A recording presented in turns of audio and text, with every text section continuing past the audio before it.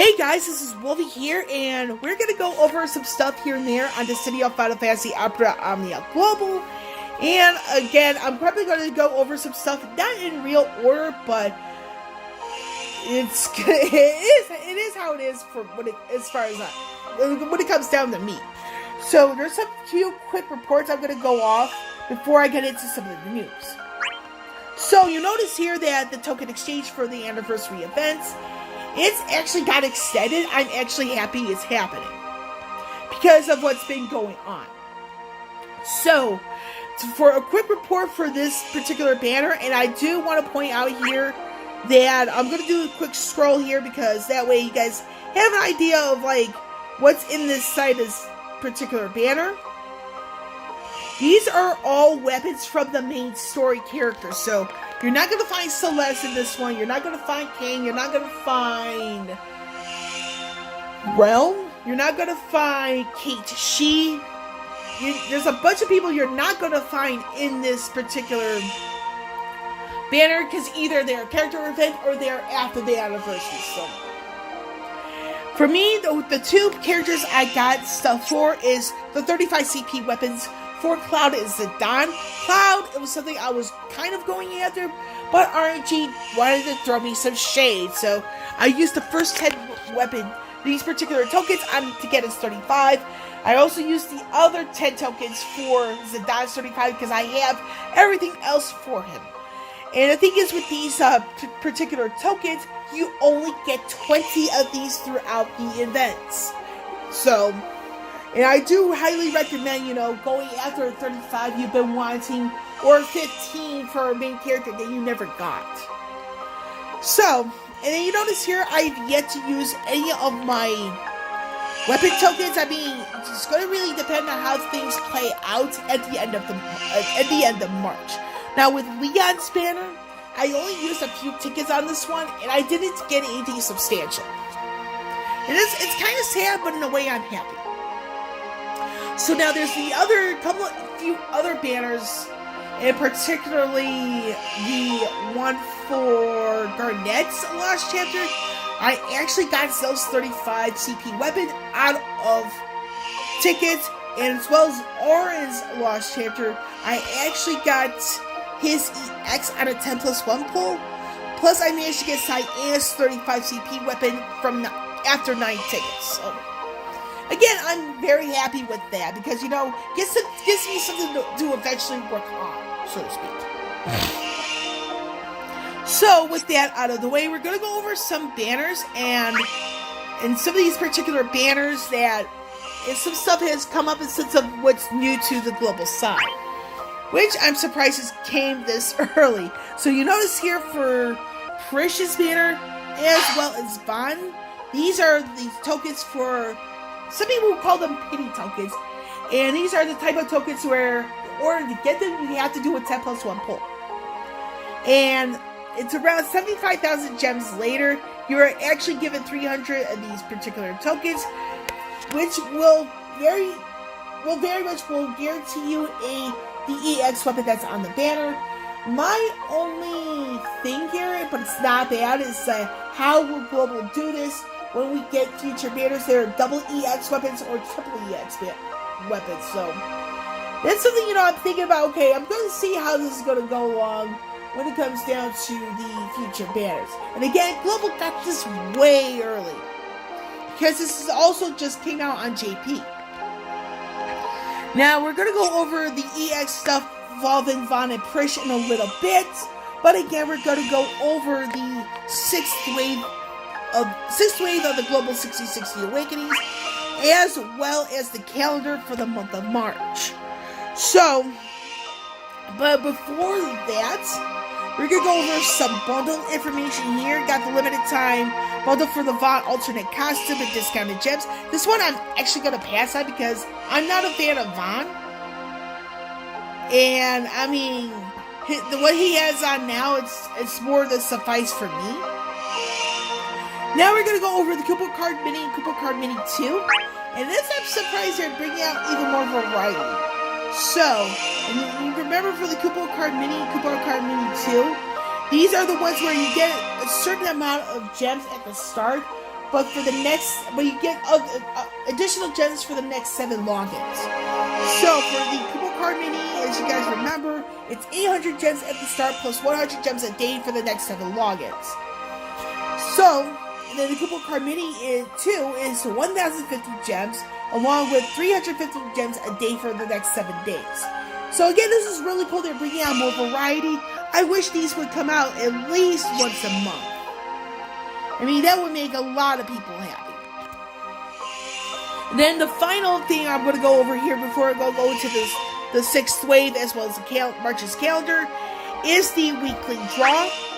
And it features the 35 and 50 CP weapons for Vaughn, Prish, and Cater. This is an easy skip because the only thing I would be going after personally is Prish's 35, as I have something along the lines for the rest of the banner, and I'm not a fan of getting trolled. Also, there are stuff within the March calendar that I will be going after, which further influences my reason why I'm skipping this particular banner. So we're going to go over the Crystal Awakenings Part 6, which includes the Heretic Quest and the Radiant Artifacts areas. So, without any further delay, we got in the 6th wave of the 6060 Awakenings on Global, Papalymo for Final Fantasy XIV, Waka for Final Fantasy X, Yida for Final Fantasy XIV, Yuri for Final Fantasy Crystal Chronicles, Setzer for Final Fantasy VI, and Leo for Final Fantasy Crystal Chronicles. I'm gonna be quite quick here. I think it really depends on how you play as an individual player in sense of who is worth awakening. I'm gonna say this right now. Personally, the only one that's actually kind of worth it because he doesn't have much competition, in a sense, it is Setzer, because he just gets better and better and better. That's all I'm gonna say about him. He is a character that will just get better and better in time. And I'm a big Setzer fan because when it comes to when I was playing Final Fantasy Brave Exvius, this guy got me out of a lot of bad situations, especially in the arena. So he's one of those characters that has a special place in my heart. And people like him, it's like he's just that good. It's just that people don't really realize it. Now, with Leo, it's like I'm going to explain the thing with him when I get to the calendar, because him as well as Yida and Papalymo, those three actually have competition coming up in this month. So, and then Waka, again, depends if you. I'm not gonna say much about Waka. I don't use him. I know there are people who do. So it's one of those. It's like it depends on the type of depends on your how you play as an individual player. Same thing goes for Yuri. So we're gonna go.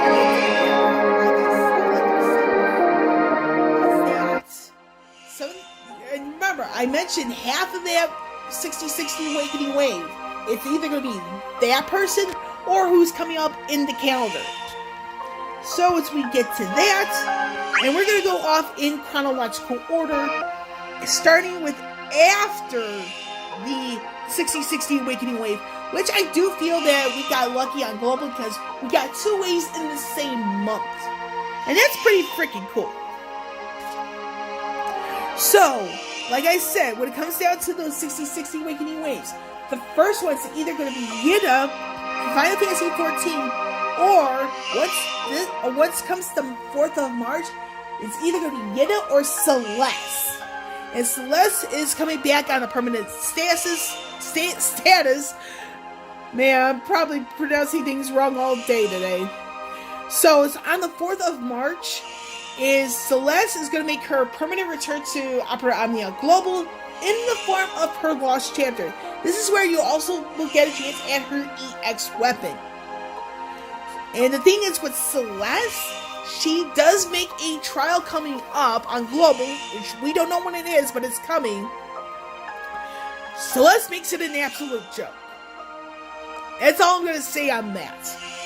And the thing is with Celeste, as well as Yida, these two are going to be relying on a rework as well as the 7070 Awakening, and this is me being completely honest. So, for you, it's like, for just about every one of us, it's going to be Yida or Celeste. And with Yida's like, she gets, I saw some footage of her recently, she gets good. And with Celeste, however, she comes out with the EX Plus in the future. And the reason why I say this is because the reworked EX Plus and her 7070 Awakening comes from a lost chapter of a character that Global has yet to see. And the Global has yet to see the debut of Lock Cole for Final Fantasy VI, which Celeste is actually part of that banner. So, again, what depends on what happens with Celeste and her 7070 Awakening plus rework. It's like, she can become like a really badass tank. Even though the type of tank she is, she's the only one that the Global and even JP has at the moment. Because you don't have any other character that can tank magic damage. Because the other tanks actually tend to tank physical melee damage. So it's one of those, it's like, so for the Green Crystal Infinity, it's either Celeste or Yida. Whoever you want to do, I don't blame you. Me personally, it's Celeste. She, holds a special place in my heart. I know how she works. And I'd rather develop somebody whose skills are more unique to the game than somebody who's a bit more common. But that's just me. Now, the second person where it's this or that is actually formed of a character making their global debut. So, remember, Leo from Final Fantasy Crystal Chronicles. He deals magic damage. He's also a chaser. He kind of starts out the chase meta. The thing is, the debut of Airbud Yunfang from the Final Fantasy XIII trilogy does the same thing as Leo. The difference is, Fang's damage is melee. And this is where a bunch of us will have a very hard time figuring out who do we want to work on, Fang or Leo.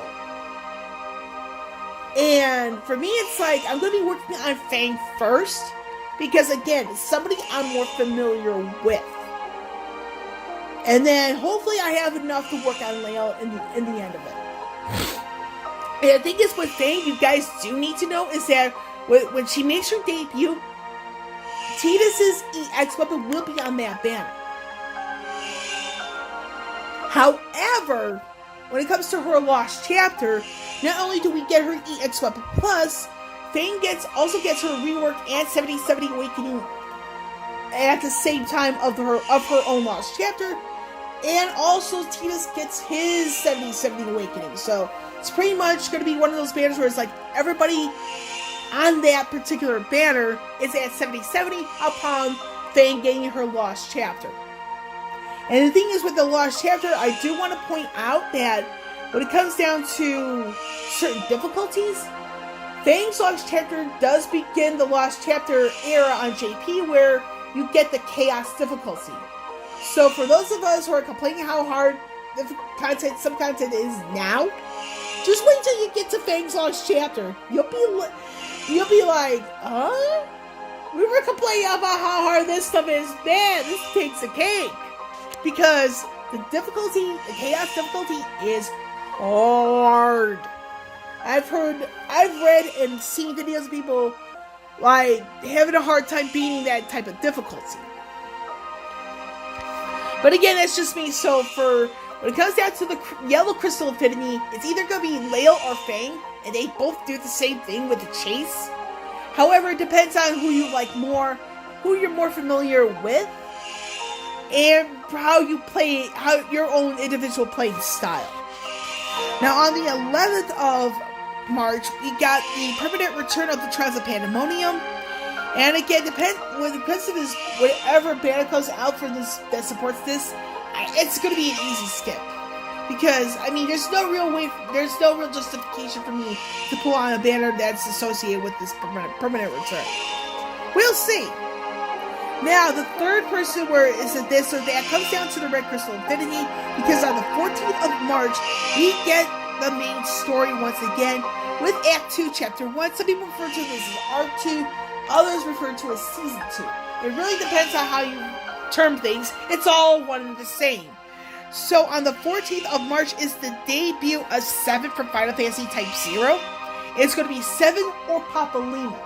With Papalymo, he's tied into 2 elements, which is actually tricky because with someone like Papalymo, you really have to be careful with what you use for him, because honestly, it's like he's tied into 2 elements. It's like he can be useful or he can be useless. 7 does not associate with any given element. With her first move, Catcher Lash, as well as her second move, Elemental Lash. And however, with 7, you do need her gear as well as her passives. More specifically, the Crystal Strength 55 and 60. So, for those of you who've been saving up your Red Crystal family for 7, you might as well have about, I want to say it's definitely 275 of the Tier 4 shards. For the Tier 3 shards, you want to have about 1,100 for 7. 1,100 for the Tier 3. The Tier 2 is going to be close to 2 grand. And Tier 1, I want to say you might want to have about 2,500. That's to get level 7's Crystal Strength from 1 to 60. So, and also, the beautiful thing here is that you also have a story co-op and the Radiant Artifacts that comes along with the main story, so there is plenty of ways to get gems. So again, for those of you wondering, it's going to be either 7 or Papalymo. And this one is not going to, again, like with Fang and Leo, it's not going to be easy because you guys got somebody like Papalymo who does elemental damage with 2 elements. But you had 7 here who does not elemental damage, but when you get her really up and going, she actually has some overflow ability, and then when she lands the Snake Bite debuff, which is framed, it can be stacked up to 3 times on top of that. Elemental Lash will hit twice, providing you have the Snake Bite debuff. And again, that is framed. That's still going to be something that's going to be rather hard to remove. So, with that out of the way, I did mention something about Celeste in a little bit, but if you look at the Black Crystal Vanity, some people can argue about Setzer or King. And by King, this is the last chapter for King Highwind from Final Fantasy IV. So some people are going to argue it's either going to be Setzer or King, and I mean, again, it really comes down to who you're more comfortable using in battle in varying situations. Now, as far as Kane is concerned, in sense of his lost chapter marking his permanent return, you also get his EX weapons. So if you notice that some of the EX weapons for lost chapters, you're going to be seeing that green token emblem. So, I mean, me personally, I hope I don't have to use so much of my gems, but if it comes down to it, then so be it. I will be happy with that. Now, Kane, we have yet to see any format of a rework or 7070 Awakening news, so I hope somebody can prove me wrong on that. So, we're going to go over the final event that's known for the month of March, which is the global debut of Deuce from Final Fantasy Type 0. This one also has Ace's alternate costume, and we're probably going to be seeing Ace's EX weapon here, so this one's going to be a question mark for me, because it's going to depend on how much resources I have left after all the banner pulling I'm going to be doing. And the thing is with Deuce, this one can be a bit of a open for a Deuce or Yuri situation, because Yuri, you know, some of his moves, you don't have certain passes on him, he loses HP for whatever he decides to do. And Deuce is said to be a combination of Heat, Chi, and Selfie rolled into one. I mean, yeah. So personally, it's going to be one of those, it's going to heavily depend on what type of resources I have left. I hope I don't use too much, but anything is possible these days. So again, when it comes down to the crystal when it comes down to awakenings in this calendar, for the following, you gotta have to ask yourselves this very question: 7 or Papalima for your reds, Celeste or Yida for your greens, Fang or Lael for the yellow, and for the white is going to be Deuce or Yuri. And the reason why I didn't put in Censor or the Censor or Cane argument is because there's a time frame gap between it, and it really depends on your individual play. And because there's a time gap between the two, we actually have enough to go after both, even though if you do run out of one, you could always use Cane Flash Captain to get the resources for the other. And then with Waka, if you're a big Waka fan, go ahead, get him to 60-60. I just don't use it personally, and I'm trying to save up what I can for Maria. So it's good. So yeah, it's going to be one of those. It's like some of it's going to be this or that, and for some of us, it's not going to be an easy choice because it comes down to how you play the game, so to speak. So for the like I said, when it comes down to the 6th wave banners, the Magic Power Matches Chances 1 and 2 banners, those I'm going to be holding off until I want to say it's going to be close to the end of those banners and see what I have left resource wise. And this is Wolvie here, and I will catch you all on the flip side.